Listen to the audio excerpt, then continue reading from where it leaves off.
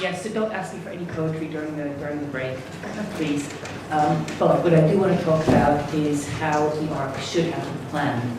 I won't bore you with strategic environmental assessment stuff, except to the extent that the whole purpose of what used to be the European Commission, obviously now is being reinterpreted into UK law, an impact assessment process which all projects and a lot of plans, all big projects and a lot of plans have to go through, is to improve the planning process, to make it more rational, to make people think more about alternatives, and to bring in more consultation, which I think is exactly the kind of thing that we're involved in today. So what I want to talk about is what kind of alternatives and decisions I think government should be doing in terms of the ARC. And if you go to any basic decision-making process manual, regardless of the decision, and you can see yourselves making these kinds of decisions as well, you start with identifying the problem or the objectives, developing different alternatives or options for that, choosing the preferred one, making the final decision, maybe fine-tuning it, implementing it, and then monitoring to see how it actually works. I mean, this is basic management stuff. And the European Strategic Environmental Assessment Directive, which is my area of specialty, basically says exactly the same thing. So, actually read this. It talks about identifying, describing, and evaluating the likely significant effects on the environment, both implementing the plan and alternatives. So again, we've got what's the plan there, what alternatives there are, what would be the impacts, how do we choose the preferred one, and then come up there and then explain the process of this, which is at the bottom. And this is a basic thing that people do in impact assessment. Now, if the government had done more and better impact assessment of the ARC, maybe we would have seen some of this stuff.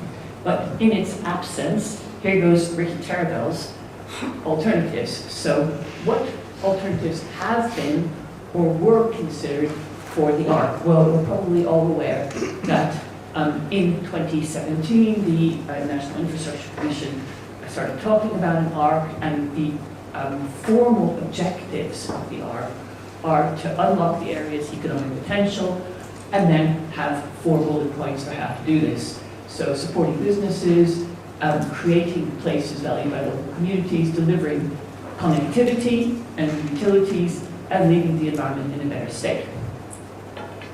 And then you have to have a mandatory fancy diagram with kind of stars and charts associated with it.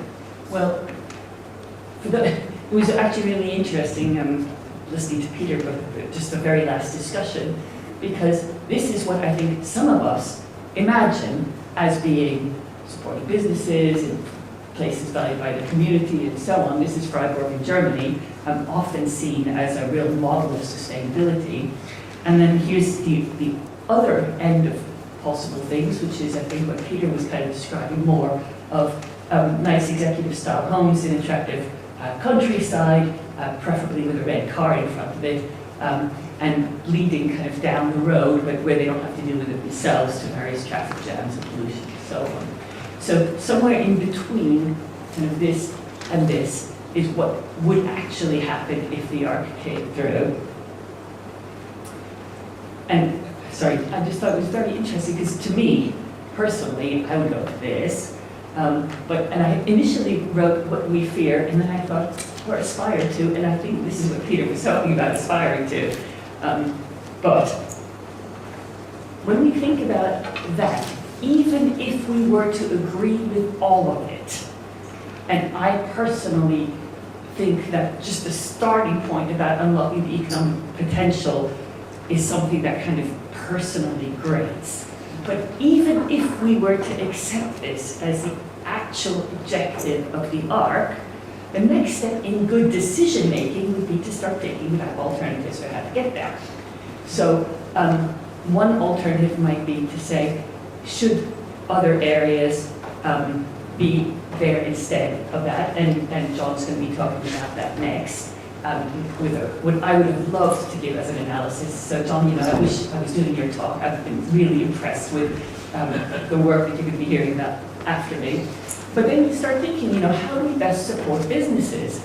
Is it by clustering them or having kind of rapid transport links between them? Or is it, for instance, doing better IT links or somehow otherwise improving productivity? Is the best way to improve so-called connectivity, which to me actually always means mobility. I mean, they use the word connectivity, but which means being able to access things easily. Whereas what I actually think what they mean is how to move back and forth between things easily, which is quite a different concept. But do we want better public transport? Do we want to reduce the need to travel, for instance, through 15-minute neighborhoods, and so on? How are we going to improve the environment? The government has been super quiet on the whole environmental aspect, but do we want new parks? Do we want nature networks? How are we going to implement this biodiversity net gain, which at only 10% is actually extremely low? And then, big question, which came out in our questionnaire, the survey, which you're going to be hearing about later today as well, is which of these objectives is the most important? They cannot all happen at the same time. You can't get plus all the way through, which is what government at the moment is suggesting you can do in its own consultation. Which one of these is the most important? So all of these are alternatives at a strategic level that I kind of would expect to see unpicked. Now that we know what we want to try to do, when we disagree, let's at least have good decision making, and let's kind of sort through the alternatives and then assess and compare them and choose the preferred one. Let's think about what actually has happened. What decisions have actually been made and how have they been considered? Well, the first decision that we know about is they want to continue with East-West Rail. And I think most of us are probably not going to be disagreeing with East-West Rail, although we may very well disagree with the fact that it's not going to be electrified. So they have, from what I can tell, looked at the two alternatives and decided on cost grounds that it was not going to be electrified, probably electrification ready, which seems to be government's approach to nature-related, environment-related stuff anyway. That's one decision. Fine, that's probably a good one. A much less good one is another one, which was the OxCam Expressway. And if, for those of us who have long enough memories, the top left, it was a kind of first inkling of the expressway where they had, I don't know, routes A, B, and C, and then the bottom right, they kind of said, oh, we'll go for B, but then there's B1, B2, and B3. And in each case, it kind of looked at the various numbers of drives up and down and how many houses could be built alongside each one and so on. So they've looked at alternatives, but when you think about how that compares with the more strategic level things that I talked about earlier, they're building from the bottom up to kind of try to reach some kind of top thing. And certainly the no expressway alternative never came through. I don't know how many of you have seen this, but these were potential growth areas linked to the expressway routes. So, for instance, the B1 aspirational growth potential for that corridor would have increased by 28,000 the number of workers in the west of Didcot, and on and on and on and you go. And these numbers are truly scary when you start mapping them, the scale of things next to existing developments, next to existing properties. Now, that has happily been killed off. Just like, interestingly, the corridors have been killed off. So it's like they kind of throw out ideas, and then when they become unpopular and visible enough, they say, oh no, actually we didn't mean that, we're going to take that one back.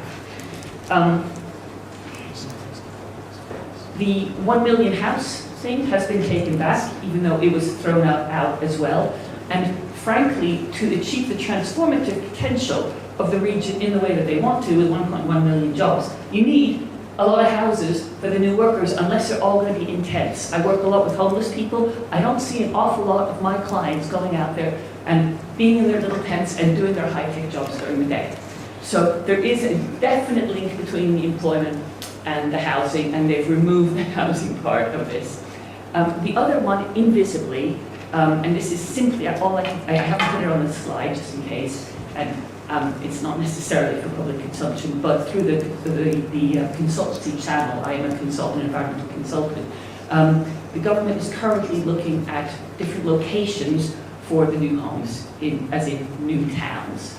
So what we're getting from all this is that you've got these kind of potential strategic alternatives to look at, but what government's doing is just kind of like nitpicking little tiny things, throwing them out there without actually having a strategic vision. And in Oxfordshire, one of the issues was they required the 5 local authorities to work together, 6 local authorities to work together to achieve a certain number of housing completions within a certain amount of time. This is what Sue was talking about.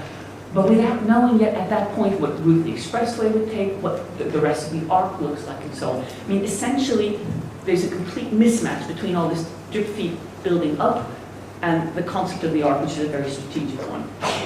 Now, in terms of the nature conservation, it's been lots of wonderful stuff done by organizations like the CPRE in terms of how one would want the nature dimension of the arc to take place.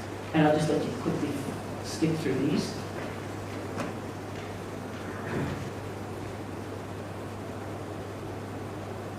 Okay. I don't know about you, I agree with all of them, and I think government could take these all on board. We just are not seeing any of this in practice. So, and the final thing is that with this transformational opportunity, we can have it all. This is what the government's currently saying. They're suggesting we can have a clean environment, good quality affordable housing, lots more jobs, and excellent infrastructure all at the same time, and we know that that is not possible. So, coming back to the original one, has the government looked at other areas as alternatives? No. Have they considered whether, for instance, better IT links could substitute for clustering businesses? No. Have they looked at better broadband and public transport? They've looked at kind of the EEH, the England's economic heartland has been kind of looking at that in a very pro-development kind of way. They're not looking at balancing the objectives. They're not really looking at nature conservation stuff. They do have a statement that says the sustainability appraisal, which is what I would normally do, will be looking at first the vision, this is where they're at the moment, and then option documents. This is really nice, so that the sustainability appraisal is going to be doing this assessment, looking at alternatives, but the actual plan isn't going to. So there's going to be a little piece of alternatives, and how many decisions have already been made with no assessment. Finally, since 2016, there have been various changes that could very well affect how the ARC should be planned and what alternatives should be considered for the ARC. So we've had Brexit with fewer people and possibly more of a brain drain back to their original countries. We've had coronavirus with better appreciation of green spaces, of people's health, more working from home, more Zoom. We've had lower population projections. 2018 is lower than 2016 is lower than 2014, 2018 is lower than 2016, and I understand 2021 is going to be coming out at some point, and planning is being done without knowing what the 2021 projections are. And there's a leveling up agenda, so that some of the underlying considerations may no longer be valid. So, just to finish off, how has government done? Imagine how if you did your personal decision-making like this.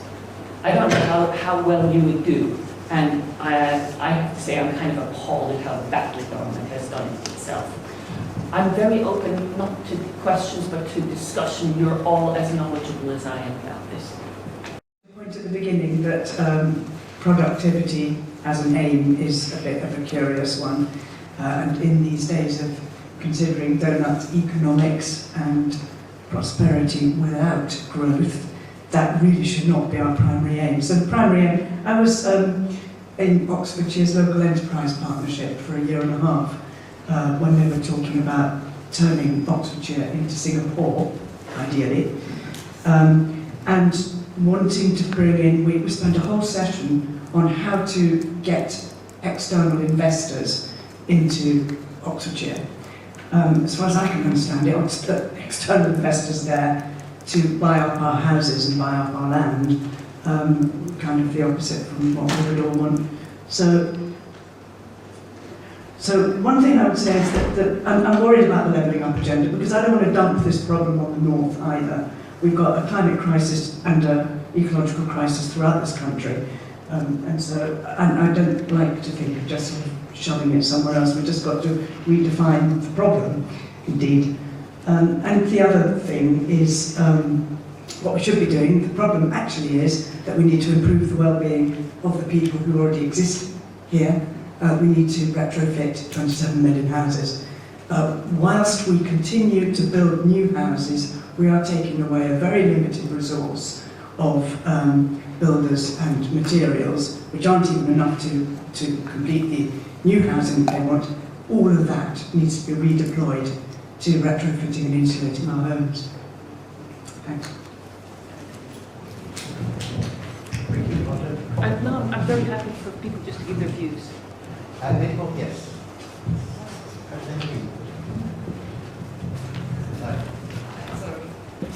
Somebody in the back asked a question. That's good. Mine is I keep going about flooding, but that's what I was passionate about. But one of the things I see when we try and challenge developments in our local area, you talked about they're going to make flood situations better. One of the things we find when we challenge developments, even tiny little developments, is there is no betterment and there is no power. There's no power in the council to object to developments either. So for me, in order to get any change, it all has to happen at top level government legislation, and that just doesn't seem to be catching up, and it seems to be very, very slow to materialise. Sorry, I'm not adding any value, but I just feel it is a really frustrating situation because we all know what needs to happen, but the government policy doesn't seem to be there. And I don't think it's a case of moving the problem. I still question why do we need so many houses? Because we might build all these houses in 30 years' time. We've built something that is effectively not going to be needed, and we'll have used that vital land supply. Sorry. Yes, I mean, population projections are notoriously difficult to make. It turns out that in 19 of the last 21 years, international immigration has contributed more to the growth of the UK population than the birth of the rest of the population. So you're predicting how many international immigrants will come in future years. That's correct. That's a very difficult prediction to make. You mentioned clustering and the need for it in business. I've worked in industry all my working life, still am, and international businesses, pharmaceuticals, IT. When I started out, I would do 3 or 4 flights a day, and sometimes I would do week on, week off in the States. And right now, I'm doing projects in Australia, in Texas, in New York, the Netherlands, Denmark, and I don't fly anywhere or travel anywhere. These businesses are international, they're working. Clustering was an idea that came in the 60s when there was a need for people to get together. And these industries really do not need to do that now. They're working perfectly adequately over the internet and with the kind of meetings we have on Zoom. Anybody else? Questions? Okay, well, let's thank Riki. Thank you, Riki.